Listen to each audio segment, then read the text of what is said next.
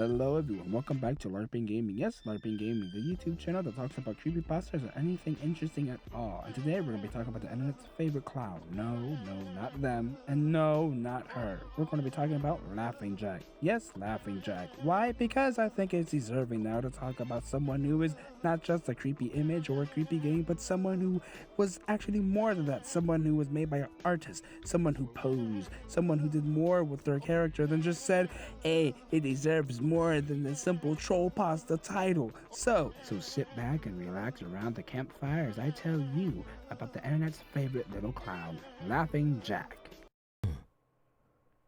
Hello. On March 3rd, 2013, the year that was pretty amazing for creepypastas, but also a little iffy too. Jack the Killer was inspiring a whole generation to make OCs that have hoodie, knife, kills people, bad parents. But today on DeviantArt, DeviantArt, the place that is known for masterpieces left and right, actually delivered us a masterpiece from a user called Snuff Bomb. Now, normally I would tell you all the images made by old photo taken years ago and photoshopped all to hell and all this, but actually no. See, he wasn't just a good writer, he's actually a costume designer. So he made himself a cool costume, a photo, and everything for this whole creepypasta character. He went all the fuck out and it works pretty well. People were intrigued with the image, but the story was even more intriguing. See, it has a very, let's say, fantasy way of handling things, but it's somehow more believable than the realistic creepypastas at the time. So it really showed off its colors of standing the fuck out of the whole community, of being one of those creepypastas that were actually written with a creepy idea in mind to be, well, creepy. And be creepy indeed it was.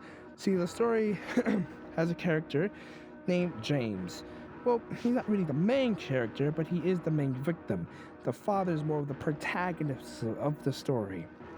See, James's dad is a single father, and James is a lonely kid, doesn't really have much friends, so he uses imaginary friends to make him feel like he's a part of a group, part of something larger than himself, like many people nowadays do on Discord and shit like that.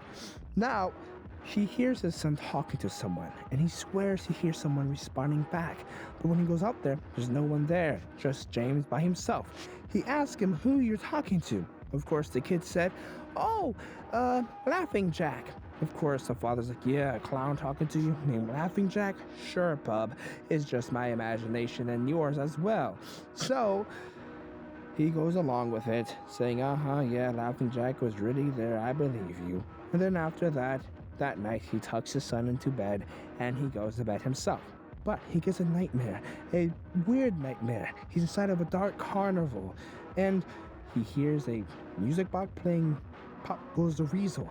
And after it's finished, he sees these kids with all these figurements, people burned, kids missing limbs. It was horrifying.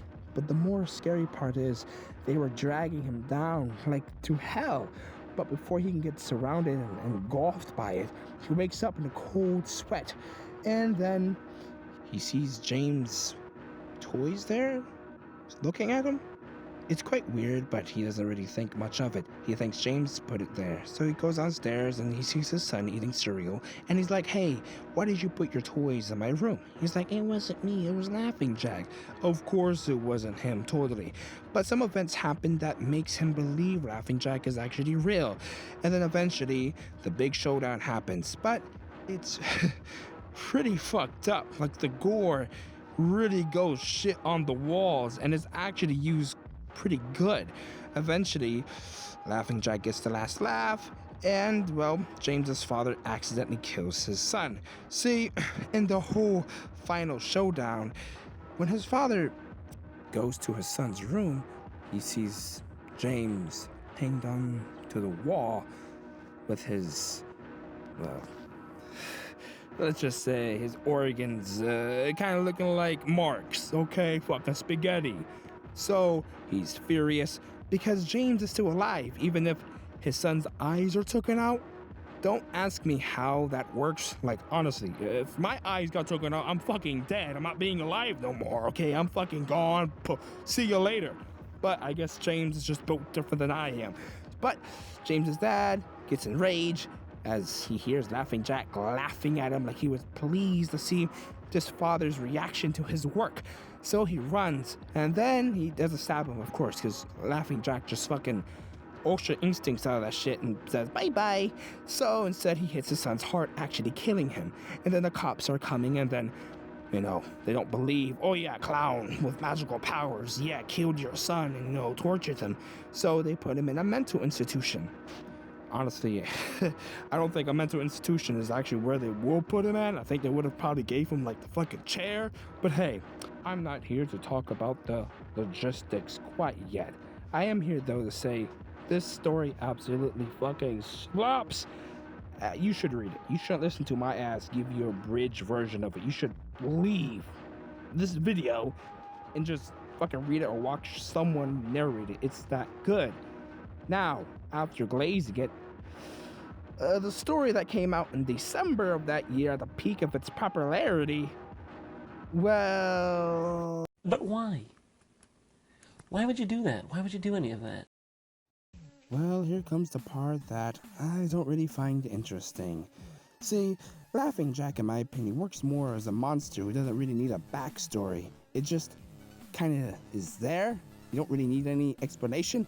He does evil thing happens, he's bad, that's what you need. But in this story, it wants to explain his making, explain why he became the way he is. And in some cases, that's okay. Prequel stories are pretty fine. It kind of reminds me of another franchise that did that. But, well, that's besides the point. See, in this story, we follow a person named Isaac, a kid who was very lonely in that 1800 London environment. The environment that, well, your mama is probably selling her punani to get that money, or getting Mike Tyson to death every day by her husband.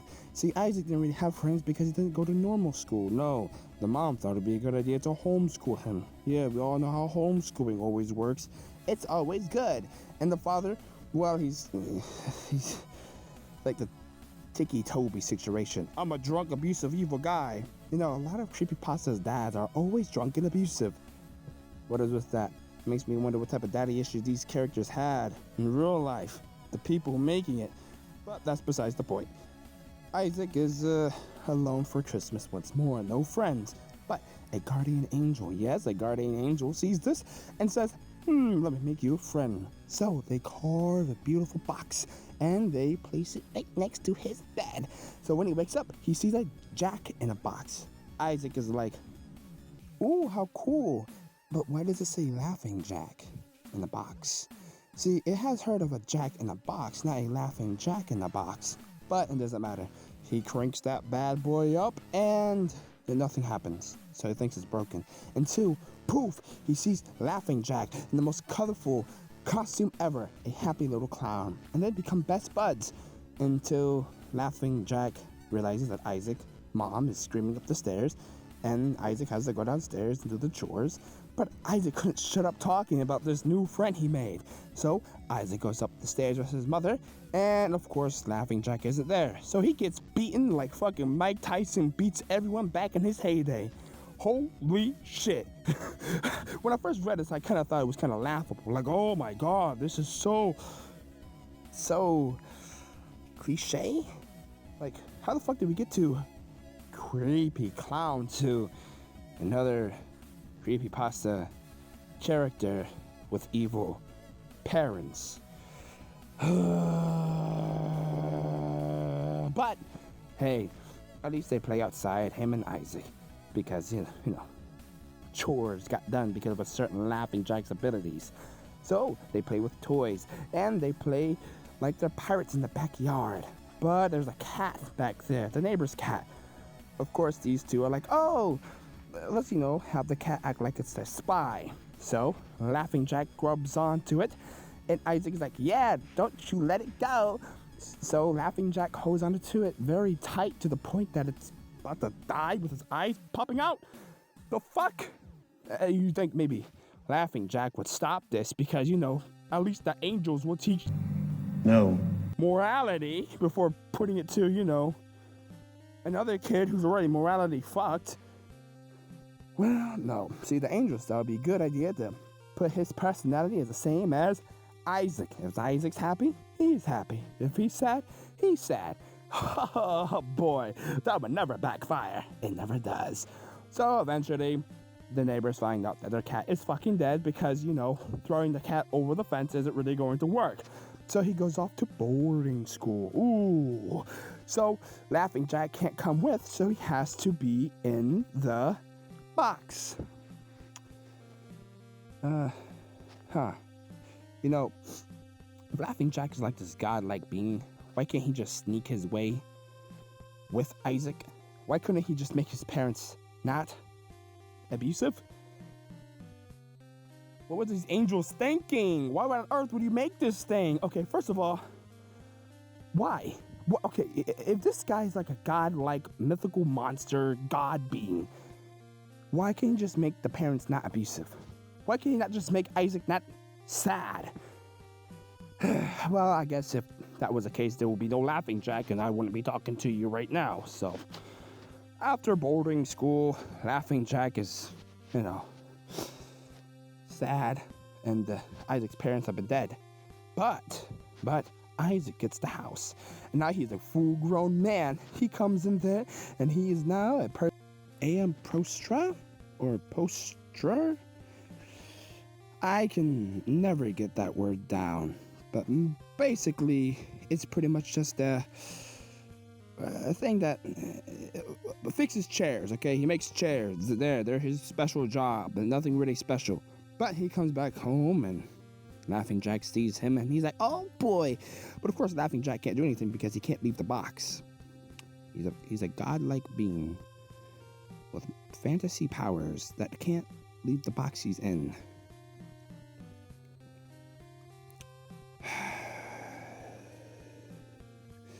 Okay, so after that, he sees Isaac a couple days later with a lady friend. Ooh, a lady friend.